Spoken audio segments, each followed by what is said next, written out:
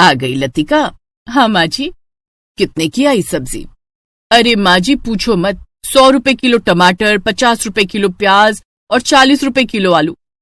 भिंडी भी तो सस्ती नहीं हो रही। बाप रे, बताओ इस महंगाई के जमाने में हम जैसे गरीब लोग क्या खाएंगे और क्या बचाएंगे। हाँ माँ जी, पूरे 500 रुपए की सब्जी आई है, वो भी बस हफ्ते भर के लिए। लो बताओ, जब मेरा ललित छोटा था ना भाई साहब, 80 से 90 रुपए में सब्जियों से थैला इतना भर जाता था कि मैं तो उठा भी नहीं पाती थी। तेरे ससुर जी ही उठा कर लाते थे घर, और फिर भगवान ने एक दिन उन्हें ही उठा लिया। जिस पर बोझ ज्यादा होता है ना, उसे भगवान जल्दी उठा लेते हैं। अब तो तू भी जरा कम कम सब्जी लाए कर बेटी, है ना? हाँ हाँ माँ जी। इसके बाद लतिका रसोई में चली गई और फ्रिज खोलकर उसमें सब्जियां लगाने लगी। तभी उसकी सास वहां फिर उसके पास आई। ये क्या कर रही हो लतिका? फ्रिज में सब्जियां लगा रही हूँ माँ जी। अरे पर ऐसे फ्रिज खोलकर बैठेगी इतनी देर तक तो इसकी ठंडक सारी निकल जाएगी ना, और फिर क्या कहते हैं इसकी वो गैस तो सारी की सारी खत्म ना हो जाएगी। तो क्या करूँ माँ जी? सारी टोकरी बाहर निकाल ले, फिर बाहर ही सब्जी लगा दे और फिर एक बार में सारी टोकरियां अंदर रख देना, समझी? जी माँ जी समझ गई। नहीं तू समझी नहीं। देख बेटी, बूंद बूंद से सागर भरता है। क्या भरता है? सागर माँ जी। इस तरह सुमन अपनी बहू लतिका को एक बार फिर बचत का पाठ पढ़ाकर वहां से चली गई। गलती सुमन की नहीं थी। पति के जाने के बाद सुमन ने बहुत गरीबी देखी थी। पाई पाई जोड़कर उसने अपने दोनों बेटों को पढ़ाया लिखाया था, इसीलिए वो हमेशा अपनी बड़ी बहू लतिका को बचत करने को कहती रहती थी। फिर उसी शाम, माँ हम आ गए। आओ आओ, जल्दी से हाथ मुंह धो लो, मैं चाय बनाती हूँ। नहीं माँ जी आप बैठिए, मैं लाती हूँ चाय बनाकर। ये कहकर लतिका रसोई में चली गई और फिर, अब तुम दोनों से कुछ बात करनी थी। हाँ माँ बोलो ना। अब तो रचित की भी उम्र हो गई शादी की। घर की हालत तो देख रहे हो ना आप, हम दोनों मिलकर भी इतनी कमाई नहीं कर पाते कि घर अच्छे से चला सकें। ऊपर से एक और जिम्मेदारी ले लूं। ना, मैं अभी तैयार नहीं हूँ। अरे भगवान पर भरोसा रख, देखना अपनी लतिका कितनी समझदार है। बस दुआ करो कि छोटी बहू भी ऐसी ही आ जाए। तो चिंता मत कर छोटे, औरत तो वैसे भी लक्ष्मी का रूप होती है, क्या पता तेरी होने वाली पत्नी आकर हमारी किस्मत बदल दे। ठीक है भैया, जैसा आप और माँ चाहो।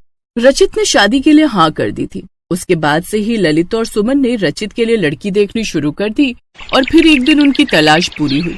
कुछ दिन बाद रितिका घर की छोटी बहू बनकर आ गई। रितिका, ये लतिका है, तेरी जेठानी। तेरी जेठानी बहुत ईमानदार और समझदार है, खूब बचत करके चलती है। अरे इतनी ईमानदार है कि सब्जी लेने भेजो तो आकर एक एक पैसे का हिसाब देती है। अब गरीब का घर ऐसे ही तो चलता है ना बेटी, तुम भी लतिका जैसे ही संभालना घर को। रितिका का ससुराल में पहला दिन था। वो समझ गई थी कि उसकी सास और जेठानी बहुत कंजूस थी। वो मन ही मन बुदबुदाने लगी, हे भगवान कहाँ कर फंस गई, कहीं यहाँ मैं एक एक पैसे के लिए ना तरस जाऊं। क्या सोच रही है छोटी बहू? कुछ नहीं माँ जी। फिर एक हफ्ते बाद, लतिका सब्जियां खत्म हो गई बेटी, जा बाजार से सब्जी ले आ। जी माँ जी। ये लो 500 रुपए, हफ्ते भर की सब्जियां तो आ जाएंगी ना इतने में। हाँ हाँ जी, आ तो जानी चाहिए। अब बहू एक काम कर, रितिका को भी अपने साथ ले जा। नहीं नहीं, वो तो अभी नई बहू है ना, बाद में ले जाऊंगी ना कभी। अरे कब तक बनी रहेगी नई बहू, उसे भी साथ ले जा, वो भी तो देखे मंडी बाजार वगैरह कहाँ है सब। ठीक है माँ जी। लतिका रितिका को अपने साथ सब्जी मंडी ले गई। रास्ते भर लतिका यही सोच रही थी कि अब वो रितिका के सामने मोमोज कैसे खरीदे। तभी उसे एक आइडिया आया। रितिका ये लो 100 रुपए, तुम वहाँ सामने से 2 किलो प्याज ले लो, तब तक मैं वहाँ से हरी सब्जियां लेकर आती हूँ, फिर तुम इसी जगह मिलना, ठीक है? ठीक है भाभी। दोनों बहुएं अलग अलग दिशाओं में चल पड़ी। वहीं थोड़ी दूर पर फास्ट फूड के ठेले लगे हुए थे, जिन्हें देखकर उन दोनों के मुंह में पानी आने लगा।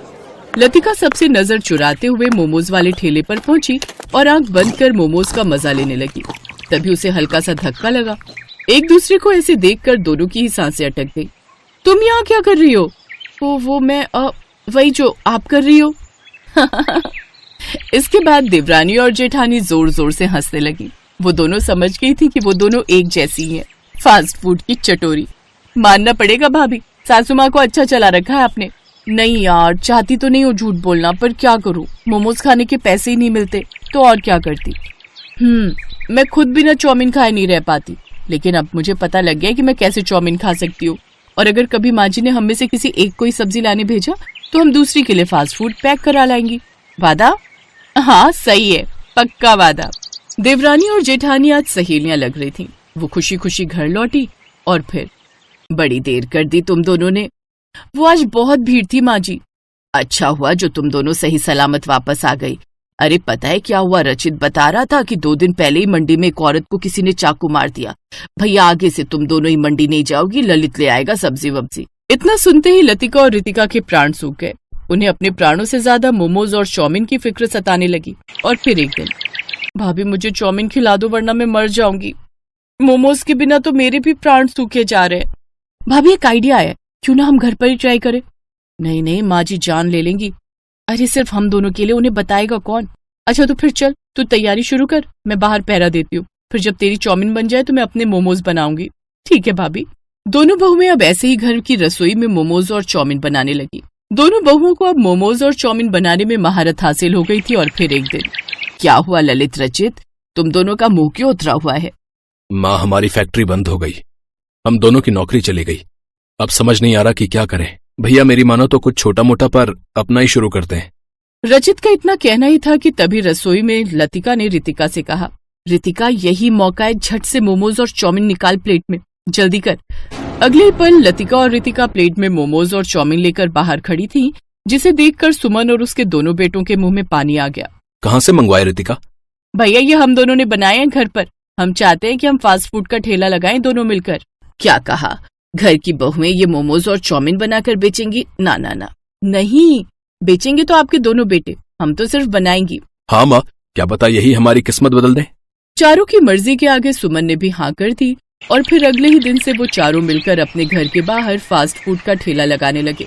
अब तो सुमन भी खुश और उसके दोनों बेटे भी खुश। और रही बात रितिका और लतिका की, तो उनकी तो जैसे हर ख्वाहिश पूरी हो गई थी।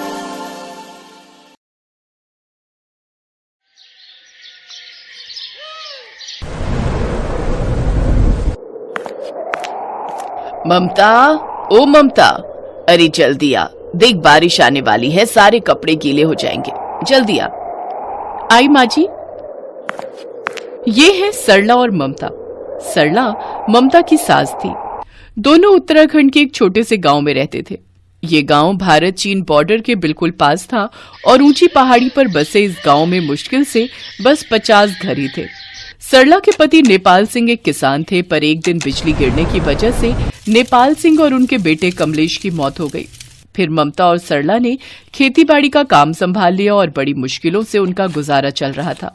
और फिर एक दिन, हे भगवान, पता नहीं तूने हमारी किस्मत में क्या लिखा है। क्या हुआ माँ जी। कितनी मुश्किल से तो फसल पककर तैयार हुई थी और अब ये बिन मौसम की बारिश कहीं फसल को खराब ना कर दे। भरोसा रखो माँ जी, भगवान सब ठीक करेंगे। हाँ, अब तो उनका ही सहारा है। सरला और ममता ने खाना खाया और सोने के लिए जमीन पर ही अपने अपने गद्दे लगा लिए। उन दोनों की आर्थिक स्थिति ज्यादा अच्छी नहीं थी। जिंदगी जीने के लिए दोनों को बहुत मेहनत करनी पड़ती थी। उस दिन तेज बारिश हो रही थी। ममता और सरला की आंखें अभी लगी ही थी कि तभी उन्हें अपनी झोपड़ी के बाहर अचानक कुछ गिरने की आवाज आई। उस आवाज की वजह से उन दोनों की नींद टूट गई। तभी सरला ने अपने हाथ में एक लाठी उठाई और दरवाजे की तरफ बढ़ी और फिर, अरे ये तो कोई लड़की है। माँ जी देखो, इसके सिर से खून निकल रहा है। चल ममता, इसे अंदर ले चलते हैं। सरला और ममता उस लड़की को झोपड़ी के अंदर लेकर आ गए। उसकी सांसें चल रही थीं पर उसे होश नहीं था। पूरे 2 दिन बाद उस लड़की को होश आया और फिर, ज्यांगती गोशे। हैं? क्या बोली? शेषे। माँ जी ये क्या बोल रही है? पता नहीं क्या बोले जा रही है। शे वातर वातर। अच्छा माँ जी, ये पानी मांग रही है। अच्छा तो शेषे क्या कर रही है? सीधे पानी बोलना। माँ जी हो सकता है कि इसके गांव में पानी को शे बोलते हो। सरला ने उस लड़की को पानी दिया। पानी पीने के बाद उस लड़की ने नम आंखों से कहा, शीशे। ये शीशी मांग रही है क्या? नहीं माँ जी, वो हाथ जोड़ रही है, लगता है धन्यवाद बोल रही है। अरे वो तो ठीक है, पर इससे बात कैसे करें? कैसे पूछें कि ये कौन है और कहां से आई है? सरला और ममता को आपस में बात करते हुए देख यांग सुन समझ गई थी कि उसके होने से वो दोनों परेशान हो रही हैं। फिर उसने कहा, वो हुई जोधा। अरे मेरी माँ, हिंदी बोल, तेरी तो कोई बात समझ नहीं आ रही हमें। माँ जी, मुझे लगता है कि ये चीन से है और इसकी भाषा भी वहीं की लग रही है। पानी पीने के बाद वो लड़की बिस्तर से उठी और चलने की कोशिश करने लगी, पर उसके पैर में गहरा घाव था। वो चल नहीं पाई और वहीं गिर गई।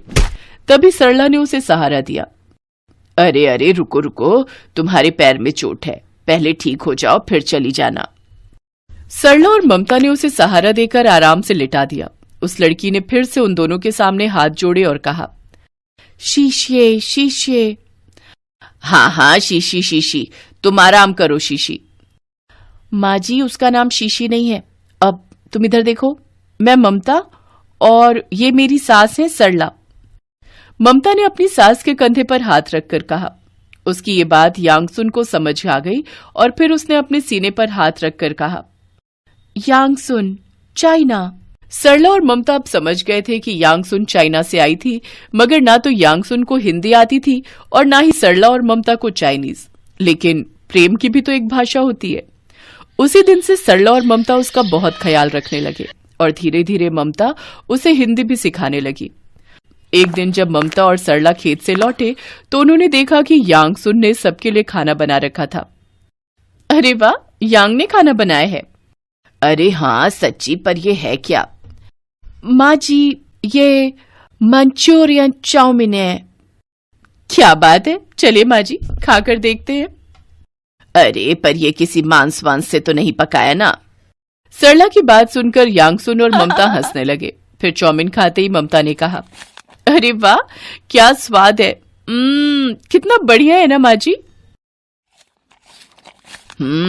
सच में, मैंने भी कभी ऐसा कुछ नहीं खाया।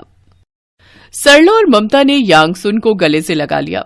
उसने टूटी फूटी हिंदी भी सीख ली थी और फिर एक दिन उसने सरला को अपने बारे में सब कुछ बताया।